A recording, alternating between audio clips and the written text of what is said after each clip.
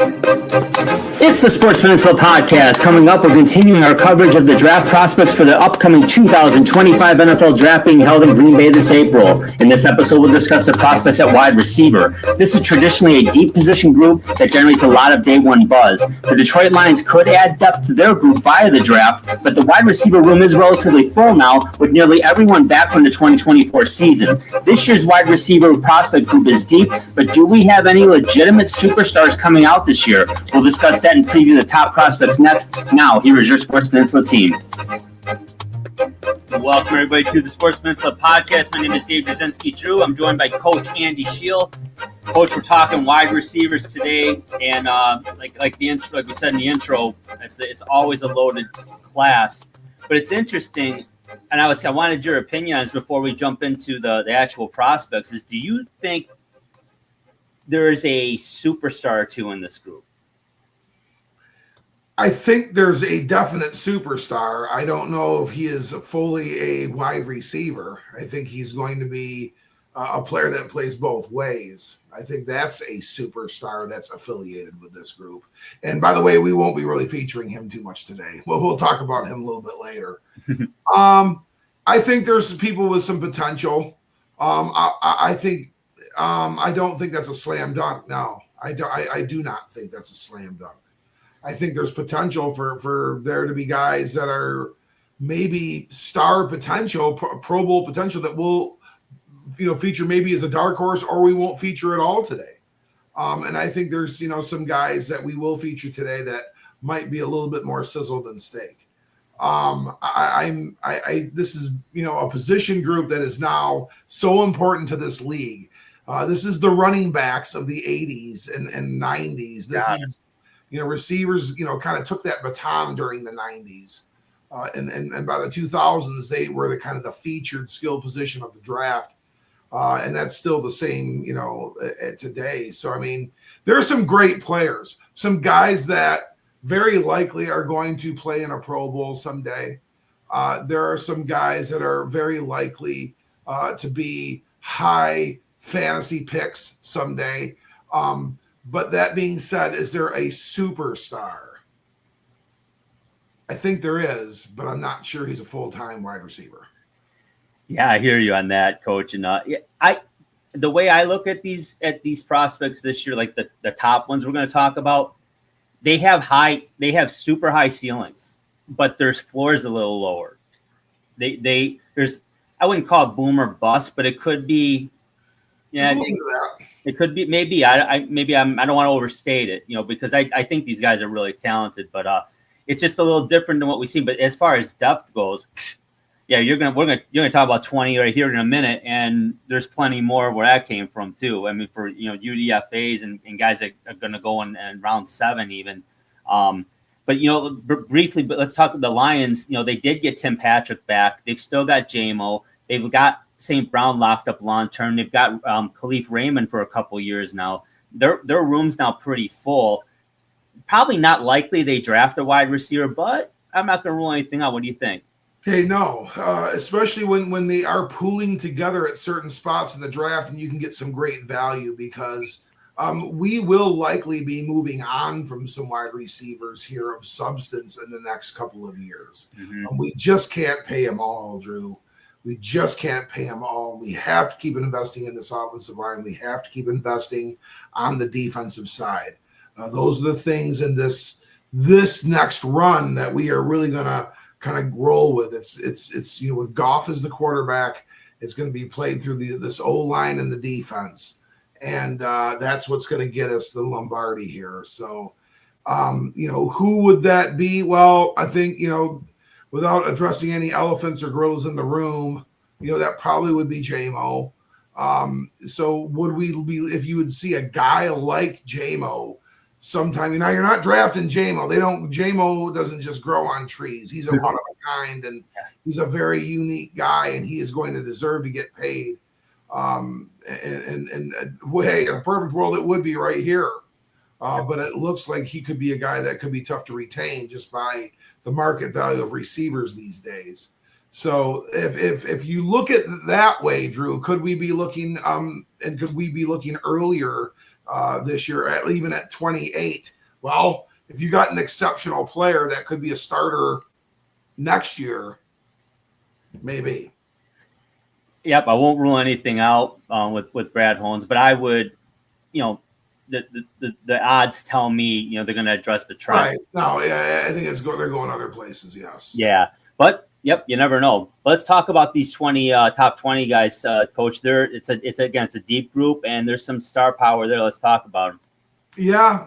At number 20, we have Kobe Hudson from Central Florida. At 19, Nick Nash of San Jose State, and at 18, Kyle Williams from Washington State. 17, Ty Felton from Maryland. Now that's a guy that can climb the ladder and get over the top of a defense. He's got some burner speed. He is our number 17 prospect.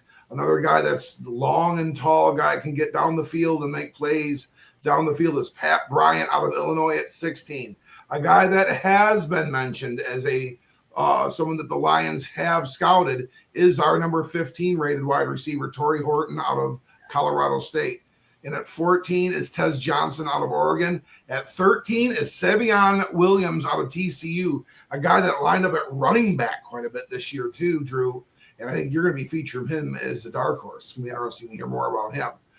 In at 12 is Jalen Noel out of Iowa State, and 11 is the first of a couple of Texas Longhorn wide receivers, Isaiah Bond, in at 11. At 10, our second dark horse, the guy that reminds a lot of people of a guy by the name of Amon-Ra St. Brown, Xavier Restrepo out of Miami, the U. He's in at 10. At 9, Jalen Royals out of Utah State. And into our featured group starting at 8 is the great Jack Beck out of TCU via LSU. We'll be talking about him in depth. Jaden Higgins is a guy that has been talked about with the Lions. He is another one of those Iowa State Cyclones that is in the top 20 at wide receiver. In at number 6 is Trey Harris out of Ole Miss, a guy that also some people say that has intrigued the Lions with some of his skill set.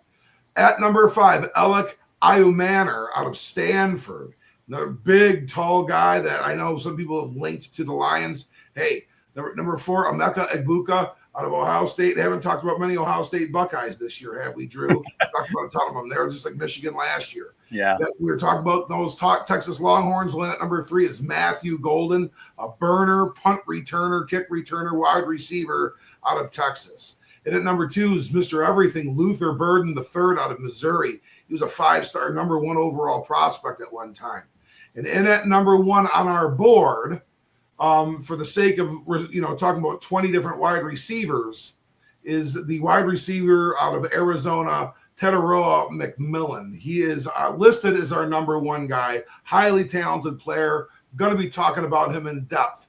But really, Drew, in my mind's eye, and I am not trying to speak for everybody, you put a ton of time and effort into this, but I think you somewhat concur. The real number 1 wide receiver on this list is Travis Hunter out of Colorado.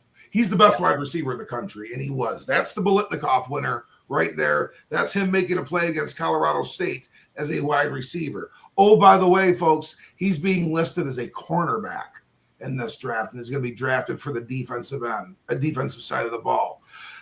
I know I'm swinging for the fences here, Drew, and I'm always swinging for the fences, but this is the best player in the draft.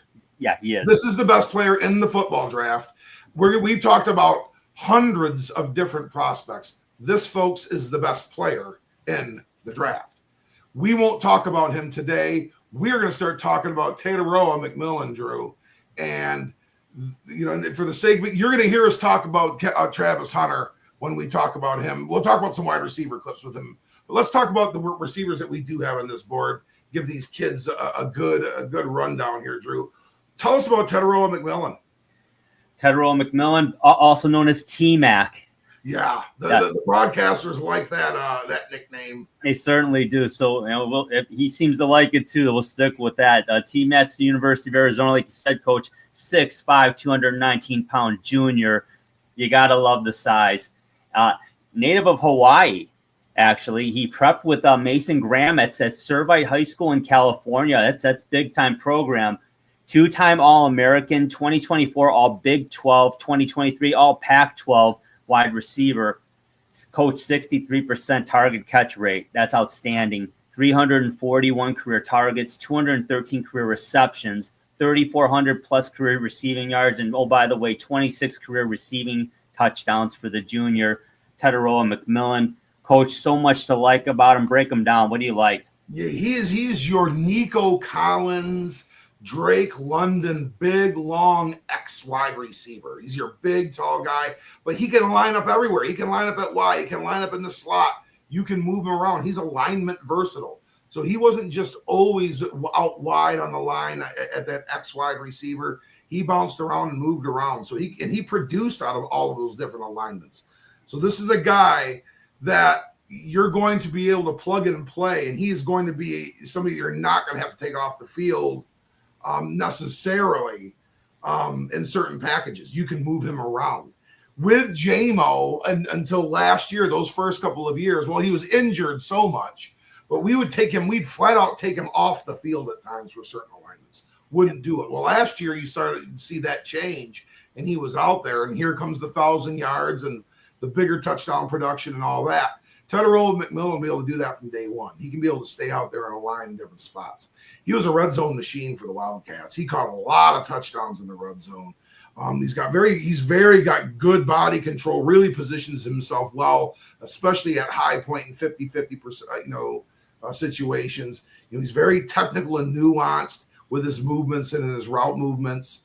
And he's a tough tackle. He gets himself some yards after catch. That's what yak, means that, for folks that are unfamiliar with that term. He's a tough guy to tackle at 6'5", 219, you could about imagine. He's got top end ball skills. He high points and he can track that ball. And that's very important. It's going to be very important to him because you're going to get to a couple of things that he doesn't do so well, that those tracking skills are going to be important. He's been a zone killer, but he really understands pockets and passing windows, and he gets there, and he does a great job of really manning in those spots and soft spots of zones. He's got the largest catch radius in the draft. That puts him up there, and he's got a drop rate of less than 4. So, 361 or 318 targets, whatever that was, he only dropped 4% of those balls that were ever thrown his way that were catchable.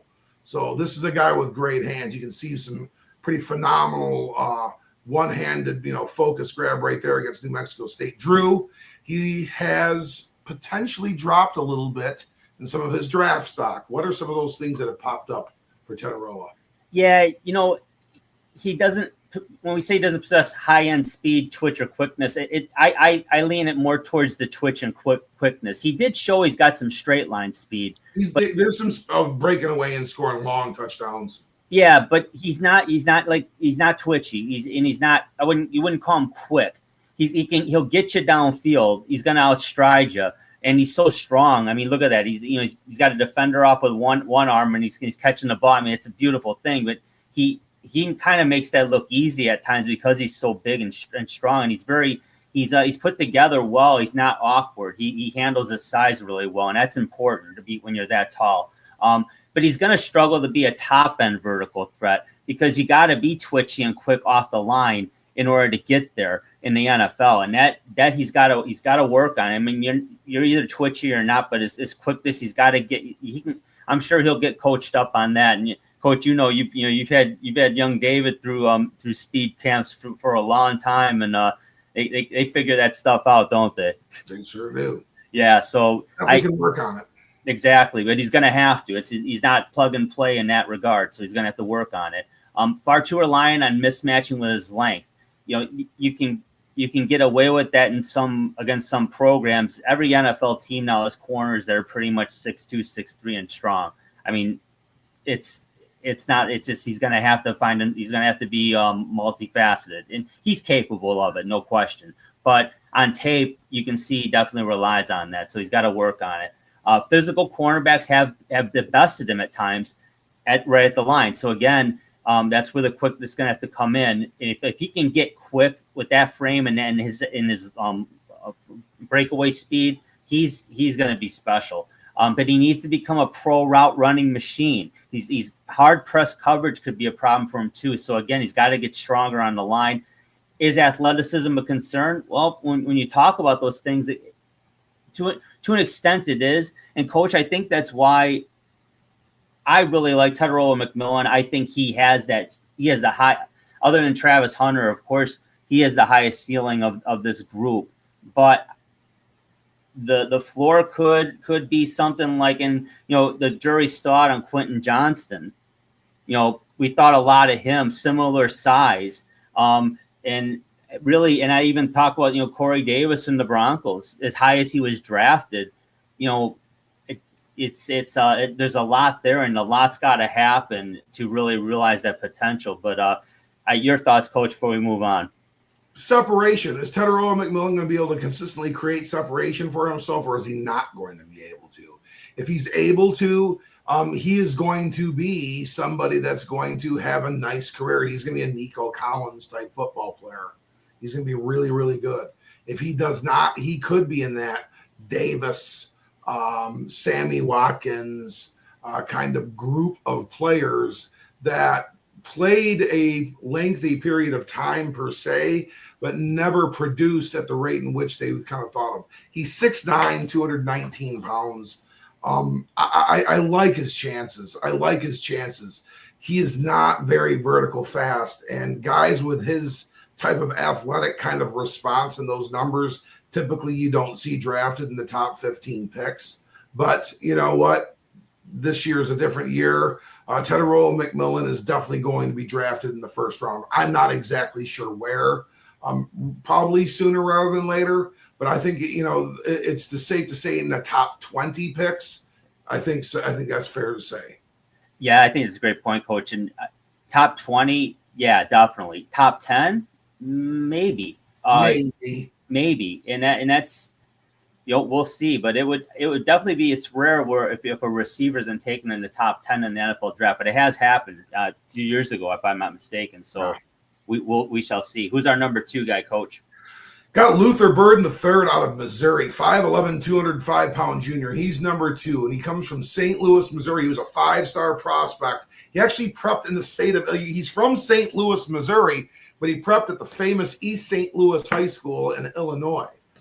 East St. Louis is a suburb of St. Louis, just across the river on the other side. 4.47 40, 2023 All-American, 2-time All-SEC player, 2022 freshman All-American, 2,500 plus career all-purpose yards, 26 career touchdowns between rushing and receiving, and a 70% target catch rate. So he lined up in the slot a little bit more, and those guys do have a higher target catch rate. But I tell you what, they threw the ball to him an awful lot, and he came down with it 70% of the time. And that's without throwing the ball to anybody else. That's pretty good, Drew. That is awesome.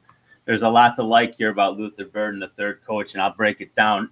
Versatile and physical offensive weapon. He again, like Coach said, he lined up in the slot a lot, but he can go outside too. He can make it happen. Just dynamic receiver. He has some Deebo Samuel to his profile. He's kind of got that look. Now Samuel's about 220 now, but if I'm not mistaken, I think he was very similar in size here. Maybe he might have been 210 when he came out. When he was drafted, I believe, out of South Carolina, if I'm not mistaken. So is that correct, Coach? Yeah. So, he's got that kind of look and that versatility. He can definitely move. Tremendous twitch and explosiveness. Now we're talking about a very quick, athletic guy right from the hop, right off the snap. Wins at the line of scrimmage, and again, see that there it is. A 5.09% drop rate. Not bad at all. Very good. I mean, not McMillan's 4%, but it's outstanding. He's a very physical blocker. You got to love that. Yak extraordinaire. If you give him any space, he's going to get you. It's rare on tape, at least last season, where the first tackler got him. So Luther Burden's very, very elusive. He's an outstanding punt returner. That's right there. I mean, that's just money in the bank right there. If you can he's going to get on the field right away as soon as by whoever he's drafted, at the very least, if he's not the starting wideout, which I'm confident he will be. And he's just an elite ball tracker. Being an outstanding punt returner, he's good on deep balls. Coach, there's so much to like about Luther Burden III. He's got to work on some things, though. What do you see? Well, he's fast, but he's not the fastest. He's more twitchy and explosive. He's more of a twitch and explosive guy. That's why he's such a good punt returner. He can really kind of make those nuanced moves and create a little separation and go and then run with some angles and do some different things. But he's not the most electric, fast guy, and he's only 5'11". So, guys of that kind of frame typically are burners. He's quick and twitchy, but not necessarily fast. Middle of the field is where he's pulled up his drops. He got 5.09 is very good. That's a good drop rate. You would qualify him as having good hands. However, that middle of the field, that traffic area, a spot where the Lions have lived under Ben Johnson, and then I would think Rome Odunze and the crowd over there, Mr. Moore and those guys over there in Chicago now. These are guys who are going to catch a lot of footballs or look to catch a lot of footballs in the middle of the field. And that is a spot where Luther has struggled. So that's a concentration area. And, hey, man, it's violent. It's ugly through there. You can get a lot of big hits. Yeah. But that is a spot where he has struggled, and that could limit in some of his delivery and how they get him the ball. Needs to refine and become a pro route runner. That's something that we're going to say time and time again. But a lot of these, they can't just rely on their athleticism as much as they did in college. But that's something if he does, that's going to help with some of those, dropsies that he's had in the middle of the field. He'll be moving through it so fast that I won't really feel that kind of pressure. He's going to struggle against some good press coverage. Press man is a problem for a lot of guys that, in those first couple of years out of college. They struggle with that elite technique and physicality. But that's the burden that's the burden that Burden's going to have to take on. Is he destined for the slot only? Not initially. They're going to move him around. Like I said, he's got some deep. You said, Drew. He's got a little Debo to him. When he came out of South Carolina, he could play some running back. He could do some different things. Luther Burden's going to get moved around. He can do some of those things as well. And they'll move him, around, alignments and throughout formations. But I think he's a fun prospect to talk about. Definitely going to get his shot through a rookie deal to impact an offense. I think there's a chance he could go above McMillan. Oh, yeah. 100% by the diversity of things that he can do. Mm-hmm. Yeah. When you mentioned they struggle against press coverage, especially right at the line. Who else did in his rookie year was Calvin Johnson. Mm-hmm. And I was shocked. I mean, Calvin Johnson was huge. It took him about first couple, and then after that, it was game over. And he still had over 1,000 yards those seasons even. But physical corners could stop him and take him off stride right at the line and take him off his route.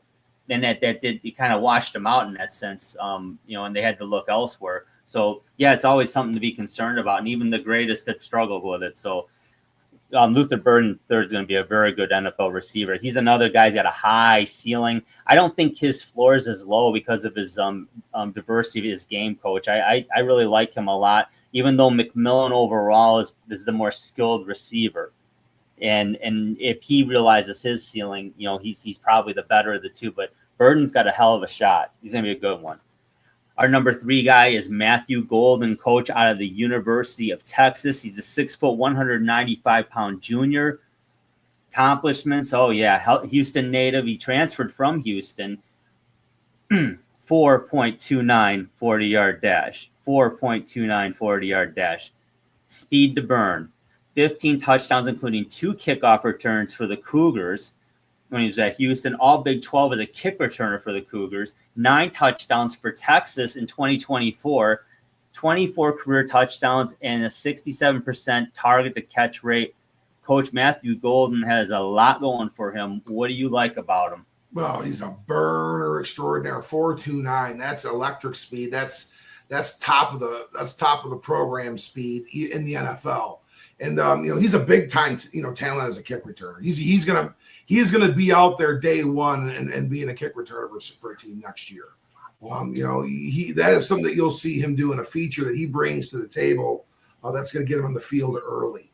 Like I said, he's an absolute burner with the ball in his hands, a yak machine. Is capable in very reactive hands. So he's a good receiver. This is not just a guy that's going to go back there and take kicks. Just absolutely blazing speed. He's just like Xavier Worthy in that regard. That was from the University of Texas. That is now a star for the Chiefs. Just that kind of a player.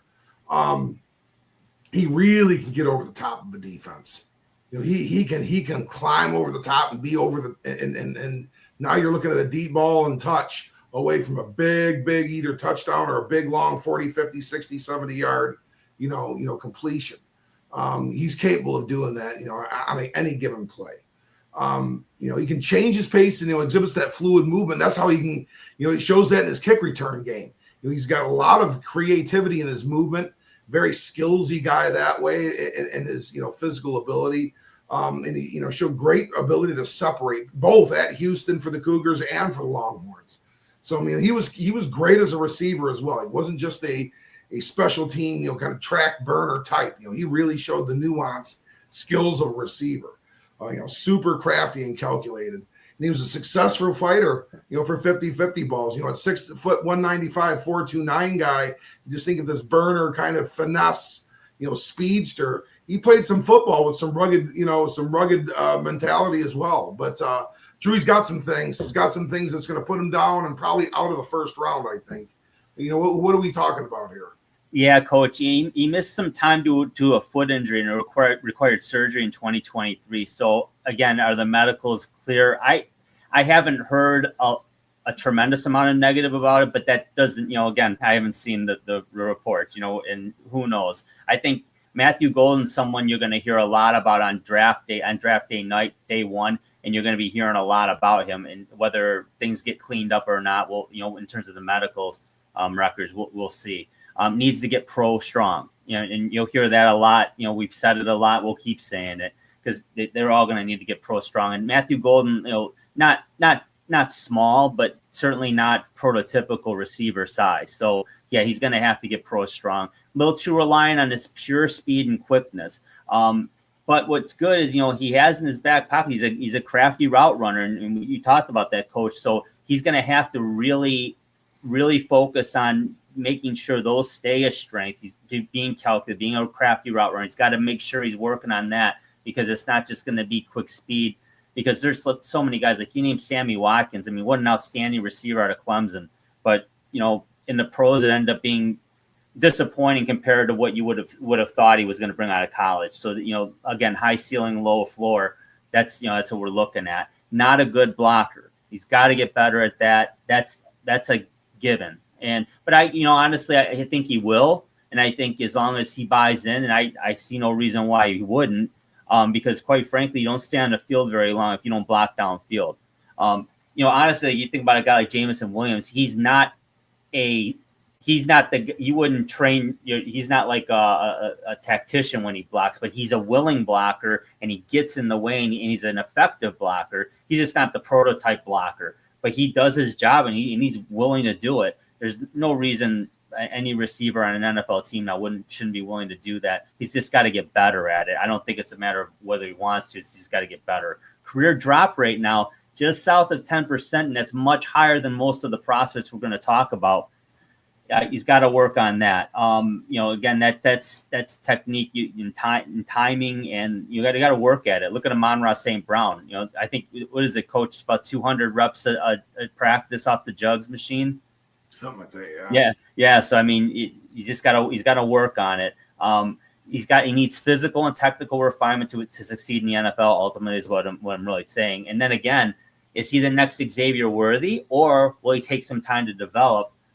That's a question. And again, a lot of this all ties in, Coach. So I hear what you're saying. I had initially thought of him as a middle day one guy, but there's a chance he could slip out if some of these issues we're talking about here kind of come to fruition, or rise to the top. Yeah, it could put him out on day one. Your thoughts? Yeah, I mean, it depends where the value is. I mean, he's an electric kick returner. I just don't see a wide receiver one on day one type guy here. I do not see that. I see an accent, a wide receiver two, and a kick returner. drafting that in the first round. I mean, there's some teams that might see that. If he's going in the first round, he's going to be on a good football team. I think he's going to go late if he does. But I like him maybe as an early day 2 guy. That's a very good point. That's where I see Matthew Golden. Our number 4 wide receiver comes from The Ohio State University. His name is Emeka Egbuka. Been there for a while, been doing some things for several years now. 6'1", 205-pound graduate student. He's in his 4th year, Drew. He must have came in with quite a few transfer dual enrollment and AP credits because he was able to get things done in 3 years and be a graduate student in year 4. He's a 5-star prospect from Steilacoom, Washington. So he came from the West Coast, 4'3", 40. So there's another burner type athlete here. 4-time All Big Ten player, 3-time All Academic Big Ten, 2021 freshman All-American. He was a member of that national championship team this past year. 2,868 career receiving yards, 26 career TDs, 205 career receptions. Emeka Egbuka is a big-time decorated, prolific football player out of Columbus, Ohio, Drew. Yeah, coach, and he's been around guys, like Garrett Wilson, and such, and Marvin Harrison, Smith and Jackson, Smith and Jigba. I mean, he's played with some good football players. Yeah, he never. I wouldn't say he was outshined. He always was prominent. Egbuka was somebody you always thought of. He was well thought of, even amongst all of those great players. So that's a testament to him. A 5.5% drop rate on 205 receptions. That's outstanding stuff there, coach. Tremendous speed and nuanced route forms, and it's a lethal blend. I mean, his route running is really smooth, but man, he can find that he's got some quickness to him, and look out when he can just turn it on, and he's tough to compete with. Big time special teams player and experienced in all facets. He can do it all on special teams. Plays hard and physical at a very fast speed. He has long speed to get over the top, and that's what I'm talking about. He leaves guys in the dust, and he hits another gear after the catch. So right there, he's a yak guy. He's a big time yak guy, coach. There's a lot to like about Egbuka, and there's a very high ceiling. But what are we kind of concerned about? Well, he had a dip. He had a dip last year, and he may have been a guy that would have even left last year. I mean, he was on draft boards, early day 2 last year before he decided to come back. But he missed a lot of time last year with an ankle injury, and it was kind of a thing that got him away from playing football at times. So it didn't really affect him this year, but he missed quite a bit of time with an ankle injury. And when you're playing at this high level, injuries from the past typically oftentimes come back in some way, shape, or form. So that would be something to watch. He's 6'1", 205. He does not have a real dynamic catch radius. Ball's got to get there. Now, he's playing in a league where that's the expectation anyway. But the ball does have to get there. Making plays in the NFL he's not the most adept tracker. He's also not the most adept blocker. There are other players that have put forth a little bit more effort, and those are some things that can be, he can be kind of barked into doing a little bit better, so to speak, by your fellow teammates and your coaching staff. But that's something he's definitely going to have to improve. Yeah, those are things you're going to have to get better. Doesn't have a lot of experience with the press man because you had Marvin Harrison and you have Smith this past year, the true freshman, taking a lot of that press man on the at the X spot. He lined up at the Y and the Z a lot. So he doesn't have a lot of experience with that. So that's going to be an adjustment as well too. At 6'1", 205, he's a sturdy kid, but that's a modest frame in the NFL. That is a modest frame in this league. So, physicality could be an adjustment for him. And he plays at a very physically high rate of speed. That and to conclude kind of things with Emeka Egbuka, when you play that hard and that fast, you just subject your body to a lot of wear and tear. And in this league, it will eat you up. And that would be my biggest concern, Drew, with Emeka Egbuka.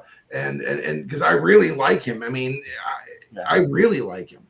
If somehow he was wearing Honolulu blue and silver and was part of the future wide receivers, is a luxury pick, I mean, I would be very intrigued. But I do worry about his longevity. Yeah. So, I mean, in that sense, he's not really a risky pick in the sense, as long as you're confident he's going to get through his rookie deal first 4 or 5 years. But yeah, with the physicality he plays at, yeah, I mean that could be tough. So that is a concern always. He could be a part of a real successful duo in the NFL. There's no two doubts about it. Yeah, I think it's similar. We were talking about with Golden. If there's a good team that has a luxury to take him in the first round, it could happen, but likely early day 2 is what I would say. But I think Ibuka could be in late day 1, depending on how things shake out.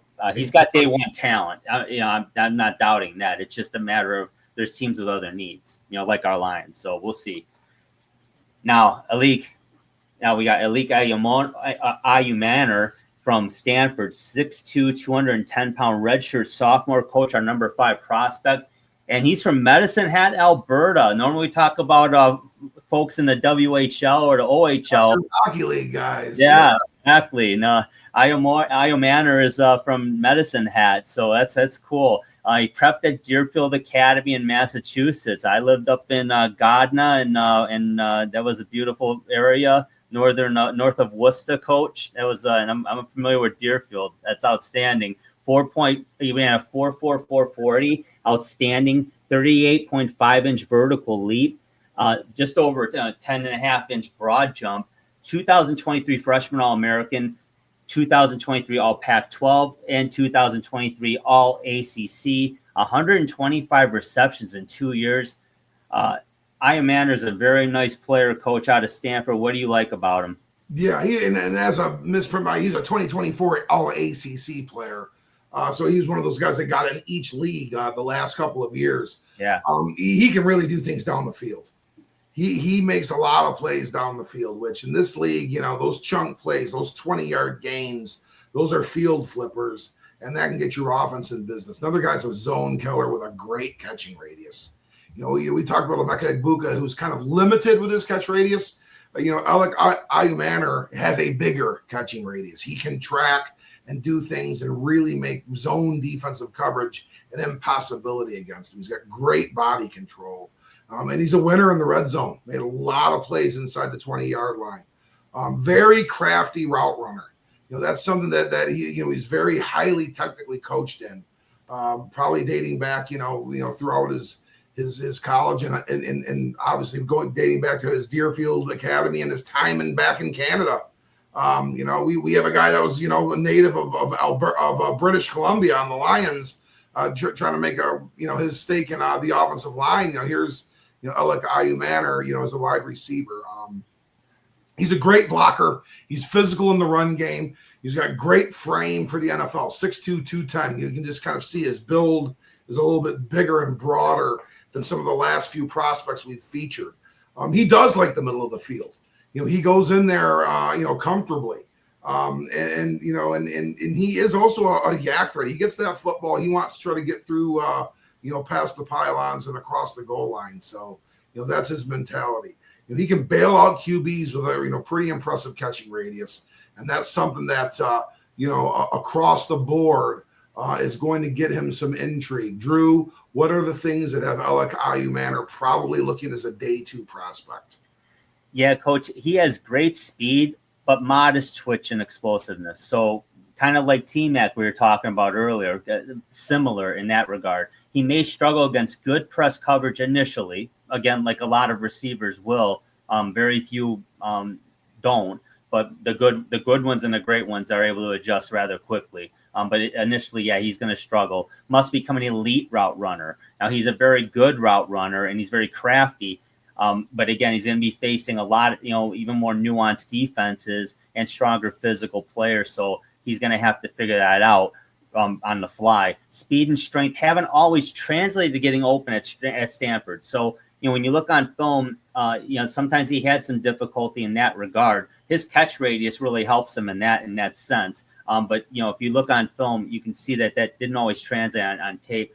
8.7% drop rate means modest hands. Now, what I will say, and I don't like bailing guys out on issues because that's got to improve. But he goes up the middle a lot. Exactly. And he goes up the middle a lot. And it is what it is, but that's got to improve. Certainly in the NFL, it's going to be even more dangerous in the middle. So he's going to have to get that locked up. He's going to have to earn the trust with his hands. There it is. I mean, if, a quarterback calls your number and you can't deliver, they're going to look elsewhere because there's a lot of eager hands that are sticky and want that football.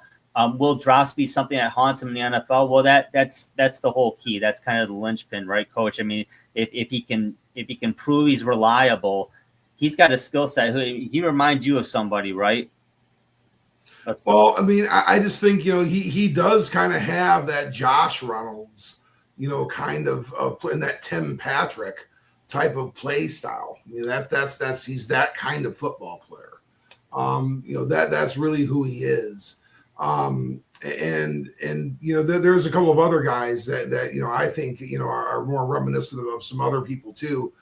So I mean, in that regard, if the Lions were, this is another guy that has been mentioned as somebody that they like. They like his his effort as a run blocker.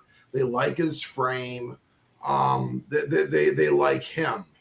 The 8.7 drops. Once you start getting north of 6.5 into that 7 number, starts to become a concern. Yeah, it's just kind of like we could look at a lot of other numbers in a lot of other sports and translate it. That you're starting to kind of get into a category where that's not what you want to see. You get into the 8s and 9s, and you get north of 10. That's problematic.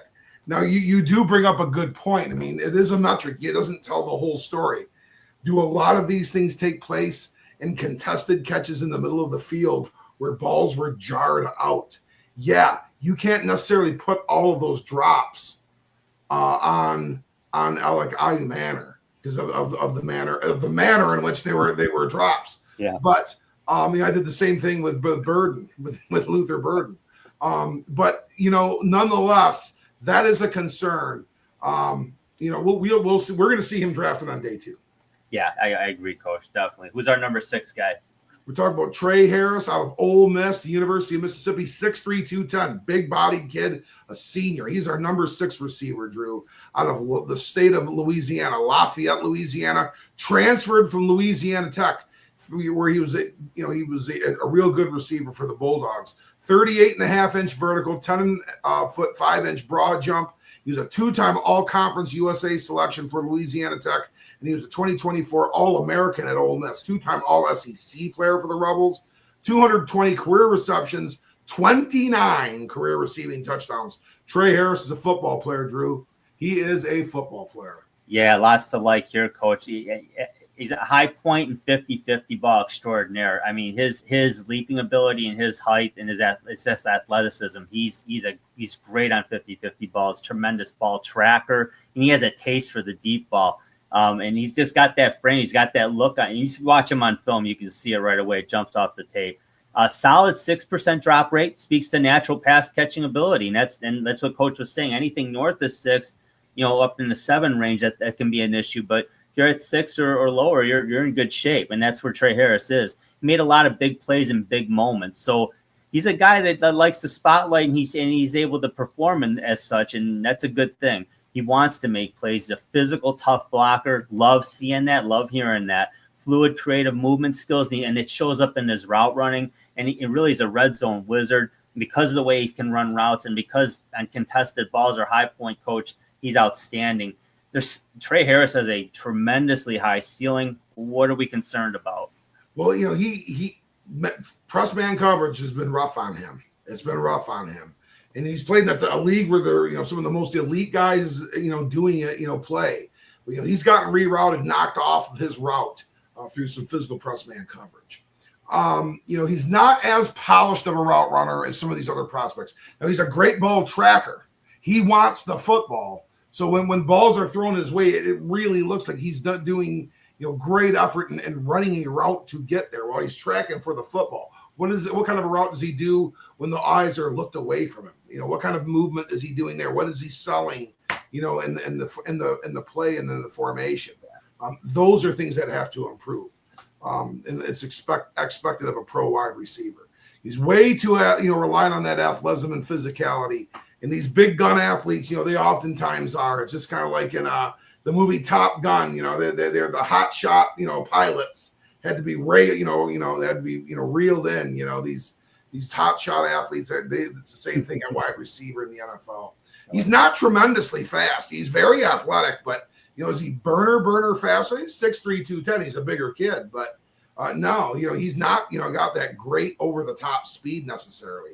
He's got to refine his technique in all of his facets. All those areas those nuances need to get better, because he lacks some of that twitch and that explosion and that speed and that transition to clear zones like some others. He doesn't quite have that. So does he have wide receiver ceiling or wide receiver even? I think he does. I think he does personally. Will he get there? It's not probably going to be a guy. He's not going to probably be Brian Thomas. He's probably not going to be that guy that's just all of a sudden who is he? Could Trey Harris be Brian Thomas 2-3 years from now? He could be. But he is going to take some time to grow. I think there's just that much raw elements to his game, Drew. Yeah, I agree, Coach. Solid day 2 guy, no question. But he'll need to work. Day 1 talent though. Yeah, absolutely. So I agree with you on the ceiling. Yeah, he's got potential to be a great one. At number 7, we got Jaden Higgins, coach out of Iowa State University, the Cyclones, 6'4", 215-pound senior from South Miami, Florida. He was transferred from Eastern Kentucky. His wingspan 6'7" 3/8. That's pretty good. 39-inch vertical leap. That's pretty good. 10.9 broad jump. That's really good. 13 touchdowns and an All-Atlantic Sun at EKU. And last year, he's an All-American at Iowa State. 2-time All-Big 12 with the Cyclones. 227 career receptions and coached 28 career touchdowns. Very productive, very talented Jaden Higgins at wide receiver. What do you like about him? Big, long frame, 6'4", 215 pounds, and he's alignment versatile. You can move him into the slot. You can move him off onto the Y. He can line up and be your X guy. He has a minuscule 3% drop rate. He is a literal football vacuum. He catches the football, and his catch radius rivals Tataroa McMillan's. It's pretty impressive. That broad jump and that vertical speak to those kinds of things. He can, and he's 6'4" with over really a small forward, stretch 4 in basketball wingspan at 6'7", 3/8. I mean, that's really impressive. So he's another zone killer guy that really is going to force you into man coverage, just because he's able to get open in those zones. He's got great timing and tempo, creative mover, really speaks to his ability to get open and catch the football and see the football as well as he does. Very agile and nimble guy. He can produce the yards with the football in his hands. This is not just a possession player. He can make plays after the catch. And he was just a model of consistency, both for Eastern Kentucky and for Iowa State. Drew, I mean, this is another player of somehow he was towards the Lions somewhere, and we had an opportunity to get him, and we did. I'd be very, very pleased. What are the things that really are things that he needs to work on? Yeah, Coach, just doesn't have a ton of long or linear speed, so he's not that burner guy. He's got more of that possession type, but he's not strictly that. He can get open, in space, but he's not going to stretch the field necessarily as much as others will. Going to struggle getting over the top, not physical as a blocker, and that's got to improve. So he's a willing blocker, which is good, but he's got to get physical. I think he can be coached up, but he's coming. That's on his resume, so he's got to make that happen. A bit long strided and tight hip. Again, that speaks to how he just doesn't have that long linear speed. He's not the most physical presence in contested areas. Now, he has amazing hands and athletic ability, but he's not the most physical guy. So can he get stronger? Yeah, I would say he could, but he's going to have to. Needs to refine his technique and match the physical response of the NFL. Needless to say, if you're struggling at any level in college, you're going to struggle in the NFL with it. It's got to get stronger. Can he get into a number 2 wide receiver type role early, or will he need more time? And that's the question. I think it's going to depend on the situation, Coach. He may benefit more from being a number 3 initially, which in a lot of cases is a starter, because most NFL teams, including our Lions, they'll have 3 receiver sets quite often. But what's your thoughts? Yeah, I think he can become like that number 2 and be part of real like an elite duo earlier in his career. This is a guy that, out of this draft class, I could see him being a producer, even if he's drafted in day 2 somewhere. He possesses some traits with that length, with his drop rate, with his ability to line up all over the place. To be a guy that could be drafted on day 1, towards the second half of it. He is a likely day 2 football player, just based off of how many edge rushers and O-linemen and defensive tackles that we have in this draft that are pretty exceptional and are going to have a big run at those early. That's probably going to push him into day 2. But I do see him as a wide receiver 2 type for a good stretch in the NFL, as long as he can stay healthy. Yeah, I agree with you. Totally agree with you, Coach. He's got some definite potential to be a really an all-pro level receiver in the NFL, no question. Who we got at 8, Coach? We've got Jack Beck, wide receiver out of Texas Christian University, 6'2", 215-pound senior. Another kid out of Louisiana. Another kid out of Lafayette, Louisiana. We talked about, a couple of prospects ago. Jack, he is also from Lafayette, Louisiana. Jack is the brother of Tiger Beck. Tiger Beck was one of the victims of the New Year's Eve, New Year's Day attack in New Orleans.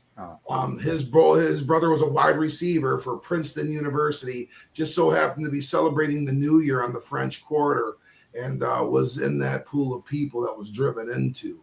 So that kind of brings Jack Beck, some unfortunate notoriety, but he played with a lot of inspiration and heart and did his brother proud, had an unbelievable senior year for TCU. Part of 2 state championships in football and 3 state championships in basketball at St. Thomas More in Louisiana. So he was a big-time winner in high school. 19 reps on the bench at 225, Drew. That's pretty good as a wide receiver.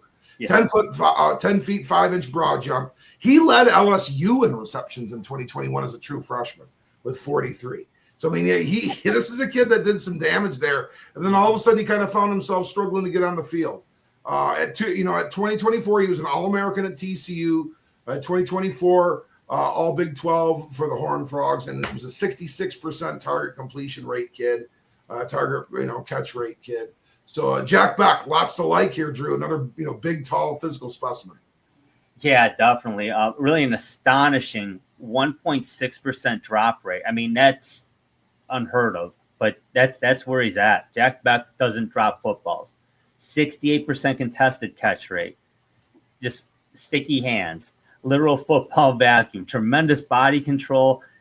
Obviously, the best hands in the draft, bar none. And it's really not even close. He's really that good hands-wise. Tremendous possession receiver, a third down wizard. He finds the sticks, and that's what's critical. Yeah, you can run the out, you can make the catch till you find the sticks. Jack Beck does. He's nuanced in movement skills. He's very physical. He's a very physical responder to press man coverage like that. He's not small. 6'2", 215. He's got some pop.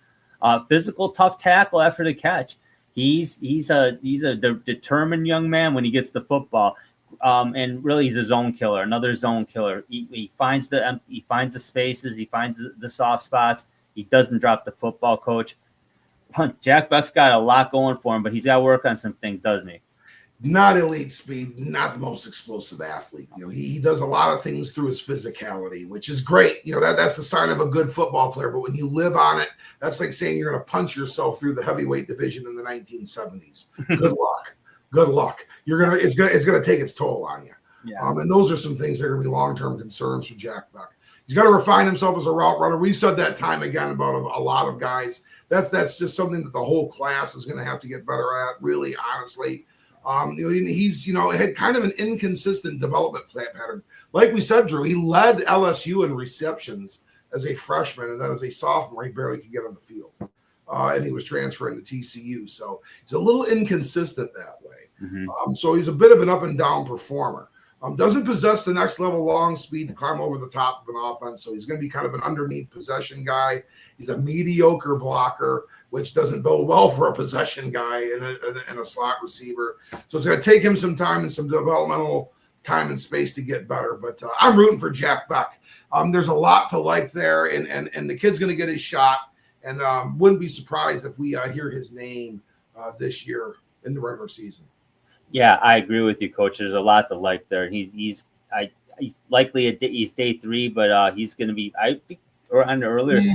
There's so much. There's too much to like there. Yeah, he could wind up on day 2. Yeah, you're right, because I mean, receiver is a position that when there's a run on them, look out. I mean, you could see 6 in a row go. I mean, so 1.6 drop rate. That's outstanding. Yep. There's no doubt he's a great player. So we'll see. Here you got your dark horse candidate, Coach. Yeah, I think this is yet another day 2 player. This is a guy that has been compared to Amon-Ra St. Brown, Drew. Very, very similar. So we're talking about a 3rd round, maybe even a 4th round, early day 3 guy out of Coconut Creek, Florida. He prepped at 2 powerhouse programs in the state of Florida, St. Thomas Aquinas. Then he went to the public schools at Deerfield Beach. So he played at 2 big time baller institutions down there in places that are big time high schools for football. 4.45 40, 17 reps on the bench at 225. So another strong kid at 5'10", 209. He's a 2024 consensus All-American across the board. 2-time All-ACC guy, 200 career receptions on the nose, 2,844 career receiving yards, 21 career TDs. 90.5 of his 2024 reps came out of the slot. So this is a true slot, Drew. And then his target catch rate was 72%. So he had the commiserate numbers that way as a guy that plays a slot. So under 5% drop rate. He checks that box. He's got good, solid hands. He's a true slot player. So he's a nightmare in zone. Plays very strong for his size, and he's very quick and explosive out of his stance. Got open that way. What are some things? Well, he does not have much of a catch radius. It's not what he's going to bring to the table. He's going to bring, great route running and good hands to the table. His small frame presents some difficulty against press man. So, he's going to be in the slot, and they're going to have to move him around if people want to try to do that to him. Will the physicality of the NFL be an issue? I would like to say no. I think Xavier Restrepo's got a real good shot at being a player and being a player early. Drew, who's your dark horse? Yeah, I'm going with Savion Williams out of TCU, Coach, and a big reason why is he's a big guy, 6'5", 225-pound senior. He's from Marshall, Texas. He had a 1.52 10-yard split, so he's got some quicks. He's got a 40-inch vertical leap, 10.5-foot broad jump. He benched a max of 355, and he squatted 600 pounds. He's a strong, dedicated athlete in the weight room, no question. He played quarterback in high school. He's 2-time All-Big 12. He has a 68% catch and target rate. That's outstanding. Over 2,000 career total yards, 21 career touchdowns. He aligned as a running back in 2024. He accounted for 6 rushing touchdowns and over 300 yards rushing last year for TCU, for the Horned Frogs, and he caught a TD pass, rushed for a TD, and threw a TD pass in his career at TCU. He's pretty multifaceted, a tremendous athlete, excellent release technique, and he's a yak extraordinaire and can really climb a defense in a hurry. He's a very athletic, quick guy. His weaknesses, his issues, a 10% plus drop rate. The hands are a big question, and he's a poor blocker on tape. He's got to get better. Very raw technically. And the question is, and it's legitimate, what is Savion Williams in the NFL? He's, in my mind, Coach, he's truly more of that kind of boomer bust guy. If he can get the drops he's taken care of and just become a more refined blocker, because physically, there's no doubt he could be a very good blocker downfield. He's got a hell of a ceiling. But his floor could be the UFL if he doesn't shore those things up. So that's where I'm at with Savion Williams. Coach, and that's right where we go. We got about a minute here to go. Your final thoughts on the wide receiver group as a whole? There's even some more. There's even some more guys that are going to go on day 2 that we didn't talk about, and through day 3 as well. And some guys are going to impact rosters. It's a passing league, so receivers, there's plenty of guys to replenish the pool. And we're going to see a bunch of them. Going to be a few big time players that we just talked about too. Yeah, no doubt about that. It's such a deep group. It always is. Even when you talk about fantasy football, you always know you can wait on the receiver till maybe round 3 because you're going to get a number 1. and it's going to be a legitimate number one guy. I mean, no matter what team you're drafting from. So it's a deep group, and it's a passing league, to your point. But Coach, great job as always. Hey, everybody, thanks for watching. Thanks for subscribing. Don't forget to hit the like buttons on the videos. We really appreciate the responses. Thanks for checking us out. And, we're just happy to do it. And we will be talking to you next week. We'll be covering, we got about 3 more position groups before that mock draft, right before the NFL draft on April 24th or 25th. One of those, I think it's the 24th on that Thursday in Green Bay. So for Coach Shield, I'm Drew. Take care. Talk to you soon. This has been the Sports Peninsula Podcast. Thank you for watching, and don't forget to subscribe to our channel. Follow us on YouTube so you don't miss an episode at the Sports Peninsula Podcast. You can also follow us on Twitter X. Just look for @SportsP Podcast, and follow us to keep up on sports around the great state of Michigan and beyond. You can also catch our show every Saturday night at 7 p.m. on the ESEN Network channel as part of Roku. When you want to hear all about sports in the great state of Michigan, there is only one, Sports Peninsula Podcast.